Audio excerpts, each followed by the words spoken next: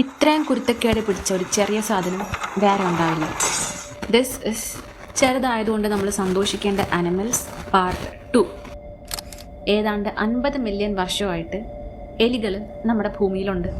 ദിനോസറുകൾക്ക് വംശനാശം സംഭവിച്ചതിന് തൊട്ട് പിന്നാലെയാണ് ആദ്യകാലത്തെ എലിയുടെ പൂർവികർ ഭൂമിയിലുണ്ടാവുന്നത്. ഒരു പെയർ ഓഫ് എലികൾക്ക് ഒറ്റൊരു വർഷത്തിൽ 1500-ലധികം കുട്ടികളെ ഉണ്ടാക്കാൻ പറ്റും. സിറ്റീസിലൊക്കെ ആണെങ്കിൽ ഒരു മനുഷ്യന് 3 എലികൾ എന്ന കണക്കിലാവും ഇവയുടെ പോപ്പുലേഷൻ. ഒരു പെണ്ണെലിക്ക് പ്രസവിച്ചു കഴിഞ്ഞ് 48 മണിക്കൂർ കഴിഞ്ഞ് വീണ്ടും പ്രഗ്നൻ്റ് ആവാൻ പറ്റും. ഇൻസൈൻ ആയിട്ടുള്ള സർവൈവൽ എബിലിറ്റീസ് ആണ് എലികൾ ഇവോൾവ് ചെയ്തെടുത്തിട്ടുള്ളത്. അവരുടെ പല്ലുകൾ ഇരുമ്പിനേക്കാളും ശക്തിയുള്ളതാണ്. ഓൾമോസ്റ്റ് എന്തും ഇവർക്ക് കരണ്ടിരിക്കാൻ പറ്റും. Metal, concrete, brick, even electrical wires വരയ്ക്കും.